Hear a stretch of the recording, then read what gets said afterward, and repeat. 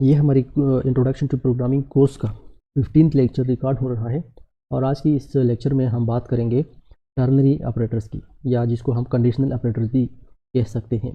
अब ये ternary operators या कंडीशनल ऑपरेटर्स होते क्या हैं, इसके ऊपर बात करने से पहले मैं चाहूँगा कि आपको एक सिंपल प्रोग्राम यहाँ टाइप करके दूँ, जो कि हम इफ़ एल्स के थ्रू पहले करेंगे।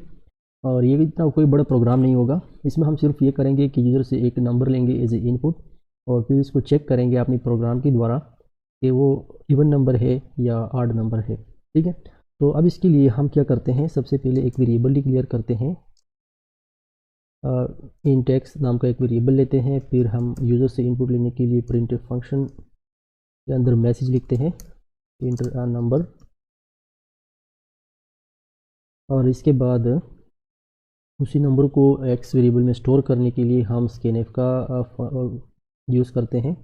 scanf%dbx डबल कोट से बाहर आके एड्रेस ऑफ ऑपरेटर एंड के साथ हम यहाँ पर एक्स लिखते हैं जिस वेरिएबल में आपने वैल्यू स्टोर करनी है। ठीक है, अब जो वैल्यू आपने स्टोर कर दी है इन द वेरिएबल एक्स, अब उसको आपने चेक करना है कि आया वो इवन नंबर है या ऑड नंबर है। तो इसका डिसीजन आपको अगर सिंपल मैथ्स का नॉलेज है तो आप इजीली कर सकते हैं। ठीक है, कोई भी नंबर अगर आपने चेक करना है कि क्या वो ऑड नंबर है या इवन नंबर है, उसके लिए आप क्या करते हैं, उस नंबर को 2 पर डिवाइड करते हैं और अगर वो कम्प्लीटली डिविजिबल होता है 2 के ऊपर तो हम कहते हैं कि ये एक इवन नंबर है। कम्प्लीटली डिविजिबल का मतलब होता है कि उसका रिमाइंडर जो होता है वो अगर 0 आ जाता है। अब सी प्रोग्रामिंग में रिमाइंडर लेने के लिए आप एक अलग ऑपरेटर यूज़ करते हैं, मॉडुलस ऑपरेटर, तो इधर हम इसी का यूज़ करेंगे इफ़ कंडीशन के साथ। ये हमारा इफ़ स्टेटमेंट शुरू है यहाँ से, और हम अभी जो वैल्यू हमने नंबर दिया है जो कि एक्स में हमने स्टोर किया हुआ है उसको 2 पर डिवाइड करते हैं। लेकिन हम अब नॉर्मल डिवीजन नहीं करते, हमें वो डिवीजन चाहिए जिसमें हमें रिमाइंडर का पता चले कि आया वो 0 है या नहीं है। अब रिमाइंडर का पता लगाने के लिए आप क्या करते हैं, आप सिंपली उसी नंबर को डिवाइड करते हैं बाय 2, लेकिन इस वाले डिवीजन के ज़रिए नहीं, ये फॉरवर्ड स्लैश वाले, बल्कि मॉडुलस ऑपरेटर के थ्रू जो डिवीजन होती है उसके थ्रू, क्योंकि मॉडुलर ऑपरेटर आपको रिमाइंडर देता है जबकि फॉरवर्ड स्लैश वाला डिवीजन जो होता है वो आपको एक्चुअल कोशेंट वैल्यू देता है। तो अब अगर हम जो नंबर हमने एक्स में स्टोर किया है उसको डिवाइड करते हैं 2 पर और इसका रिमाइंडर जो है वो हमारे पास 0 के बराबर आ जाता है, तो हमारा मैसेज क्या होना चाहिए, प्रिंट करना चाहिए हमें हमारा प्रोग्राम क्या मैसेज प्रिंट करना चाहिए उसको, इस टाइम इसको प्रिंट करना चाहिए कि the number NUMBER is even. ठीक है, और अगर ऐसा नहीं है, मतलब हमारा कंडीशन फॉल्स आ रहा है, जब भी हम इसको 2 पर डिवाइड करते हैं तो उसका रिमाइंडर में कोई ना कोई डिजिट आ जाती है जो कि अदर देन 0 होती है या 1 रहता है या 2 या कुछ भी आता है, तो इन दिस केस इसका मतलब ये होता है कि आपका प्रोग्राम जो है वो आपका जो नंबर है वो कम्प्लीटली डिविजिबल बाई 2 नहीं है। इसका मतलब है कि वो इवन नहीं है। अब अगर कोई नंबर इवन नहीं होगा तो जाहिर है वो ऑड होगा, क्योंकि नंबर जो बेसिकली होते हैं वो या इवन होते हैं या ऑड होते हैं। तो इसलिए हमें एल्स में वो चीज़ डालनी होती है जिसके लिए हम कंडीशन चेक नहीं करते, वो चीज़ हम एल्स पार्ट में डालते हैं। तो हमें तो ऑड नंबर के लिए कंडीशन नहीं चेक करना है, तो उसके लिए हम डायरेक्ट लिखेंगे एल्स प्रिंट एफ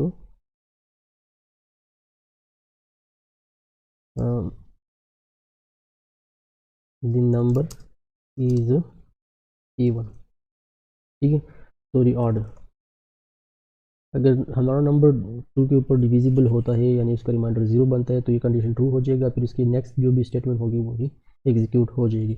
और अगर आपकी ये कंडीशन गलत होती है तो फिर उसकी नेक्स्ट जो भी कोड होता है वो एग्जीक्यूट नहीं होगा और डायरेक्ट एल्स वाली स्टेटमेंट एग्जीक्यूट हो जाएगी। तो चलें अब सबसे पहले इसको एक बार चेक करते हैं ताकि ये प्रॉपरली वर्क कर रहा है या नहीं। ठीक है, अब इसको रन करते हैं और जैसे ही आप रन करेंगे आप देखेंगे कि स्क्रीन के ऊपर एक मैसेज आ रहा है कि इंटर दी नंबर। ठीक है, अब मैं देखते हैं कि जो भी इंटर करता हूँ या वो इसके बारे में मुझे राइट इन्फॉर्मेशन दे रहा है या नहीं। देखें, फॉर एग्जांपल मैंने 5 इंटर किया तो ऑब्वियसली ये ऑड नंबर है, और हम इसको इंटर दबा के रन करते हैं और चेक करते हैं कि क्या इसके मैसेज में ऑड नंबर आ रहा है या इवन नंबर आ रहा है। तो आप देख सकते हैं द नंबर इज़ ऑड, इसका मतलब ये है कि हमारा प्रोग्राम यहाँ पर गुड वर्क कर रहा है। ठीक है, अब अगेन इसको हम रन करते हैं और इस बार हम क्या करते हैं, इसमें इवन नंबर डालते हैं। फॉर एग्ज़ाम्पल 8 हमने दे दिया।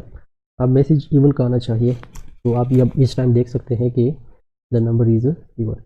तो हमारा मकसद ये नहीं था कि हम इवन और ऑड को चेक करना कैसे करें, ठीक है। मेरा मकसद ये है कि आपको टर्नरी ऑपरेटर या कंडीशनल ऑपरेटर को समझा सकूं, तो इसके लिए ये ज़रूरी था कि मैं आपको इससे पहले एक इफ़ एल्स का डेमो दे देता।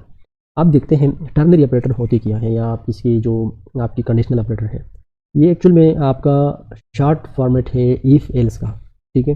मतलब ये है कि आप अगर देखें यहाँ ऐसे इफ़ शुरू होता है और एल्स यहाँ पर ख़त्म होते हैं, तो लगभग इसने तकरीबन 4 लाइन्स ले लिए हैं आपके कोड में, ठीक है। तो ये अगर आप चाहते हैं कि ये काम मैं एक ही लाइन में चेक करूं, तो इसके लिए आप टर्नरी ऑपरेटर का यूज़ करते हैं। तो ternary operator actually is the short format या short hand format of if else statement. इसमें हम 3 आर्गूमेंट्स लेते हैं।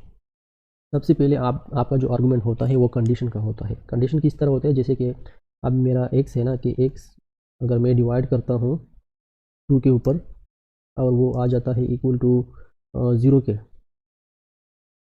ठीक है। अब अगर ये कंडीशन ट्रू होता है, इसके आगे आपने एक इस तरह का सवालिया निशान लिखना होता है। तो फर्स्ट आर्गूमेंट में आप कंडीशन डालते हैं, और जब ये कंडीशन ट्रू होता है तो इसके बाद आप क्या करते हैं, इसके बाद आप सेकेंड चीज़ डालते हैं जो कंडीशन ट्रू होने की सूरत में आप प्रिंट करवाना चाहते हैं। जैसे अगर यहाँ पर हमने कहा कि if x is completely divisible by 2, मतलब x divide by 2 is equal to 0 आ जाए, तो ये वाला मैसेज प्रिंट होगा।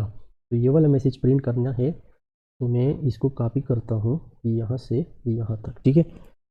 और कंट्रोल सी के तहत मैंने इसको कॉपी किया और इधर लिखते हैं, कंट्रोल वी के थ्रू इसको पेस्ट करते हैं। अब देखें, अब अगर ये वाला कंडीशन ट्रू होता है तो आपका इसी सवालिया निशान के बाद, यानी इसी कंडीशन के नेक्स्ट टू द राइट जो भी स्टेटमेंट आपने लिखा होता है वो एग्जीक्यूट होगा। और अगर कंडीशन गलत होगा तो इन दिस केस जो नीचे हमने लिखा है यहाँ, अगर ये कंडीशन गलत साबित होता था तो आपका एल्स वाला लाइन एग्जीक्यूट होती थी। अब ये एल्स वाली लाइन को आपने अगर डालना है टर्नरी ऑपरेटर में, तो ये आप सेकेंड ऑप्शन पे रखेंगे। कंट्रोल सी के थ्रू मैंने इसको कॉपी किया और इधर ही मैं इसको पेस्ट करता हूँ कंट्रोल वी के थ्रू।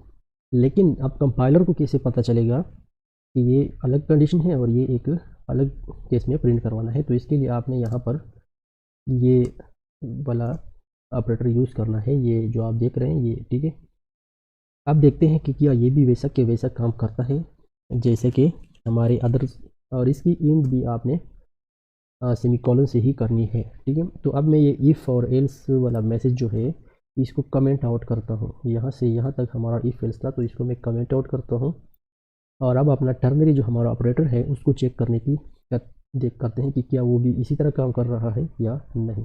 तो सबसे पहले मैंने इसको कंपाइल किया और कोड में कोई एरर नहीं आई है। अब इसको रन करते हैं। तो रन करने के लिए आप देख सकते हैं कि मुझे मैसेज आया है कि इंटर अ नंबर। तो अब कोई भी फॉर एग्जांपल 11 में दे रहा हूँ, ऑड नंबर है, तो अब मैसेज भी प्रिंट होना चाहिए कि द नंबर इज़ ऑड। तो देखते हैं कि क्या वाकई में ये वही काम कर रहा है जैसे इफ एल्स ने किया था। बिल्कुल एग्जैक्टली यहाँ आप देख सकते हैं कि द नंबर इज़ ऑड वाला मैसेज आ गया। तो इस तरह अब अगर आप इसमें इवन वैल्यू देंगे तब क्या होगा, अब देखते हैं। इवन वैल्यू में फॉर एग्जांपल मैं देता हूँ 20, तो 20 इवन नंबर है, मैसेज भी आना चाहिए कि द नंबर इज़ इवन। तो आप देख सकते हैं कि द नंबर इज़, यहाँ पर आप देखें द नंबर इज़ इवन। तो ये बिल्कुल वही काम हो गया जो हमारा इफ़ एल्स कर लेता था। इसमें और उसमें फ़र्क ये है कि आप यहाँ पर इफ़ एल्स का शॉर्ट फॉर्मेट इसको कहते हैं कि यहाँ पर आप कंडीशन अलग लिख लेते थे, फिर कंडीशन की सूरत में जो ट्रू होने की सूरत में जो मैसेज प्रिंट करना था वो आपने अलग लाइन में देखा, गलत होने की सूरत में वो आपने एल्स में लिखना था। लेकिन टर्नरी ऑपरेटर की सूरत में आप 3 आर्गूमेंट्स देते हैं। सबसे पहले आप कंडीशन लिखते हैं एक्स ये वाला, और इसी के साथ सवालिया निशान का लिखना भी बहुत, ये सवालिया मार्क जो है इसको लगाना बहुत ज़रूरी है। अब अगर ये कंडीशन ट्रू हो जाती है तो फिर इसके नेक्स्ट जो भी स्टेटमेंट आपने लिखा होता है वो एग्जीक्यूट हो जाएगा, और इसके बाद वाला जो आर्गूमेंट होता है वो एग्जीक्यूट नहीं होता। लेकिन अगर आपका ये कंडीशन गलत हो जाता है, फिर इन दिस केस आपका फर्स्ट इसके साथ जो राइट में नेक्स्ट जो स्टेटमेंट होती है वो कीप की जाती है या इग्नोर की जाती है, और इसके बाद ये नेक्स्ट वाला आर्गूमेंट एग्जीक्यूट होता है। तो इस तरह हमारे जो टर्नरी या कंडीशनल ऑपरेटर्स है वो वर्क करते हैं। उम्मीद करता हूँ कि आज की इस लेक्चर में आपने टर्नरी ऑपरेटर का इस्तेमाल और कैसे इम्प्लीमेंटेशन होती है उसकी सीखा होगा। अल्लाह हाफिज़।